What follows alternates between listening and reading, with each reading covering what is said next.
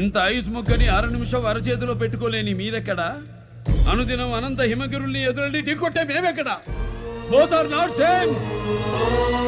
మీకు సమస్య వస్తే దండం పెడతారు, మేము ఆ సమస్యకే పిండం పెడతాం. Just like this. Both are not same.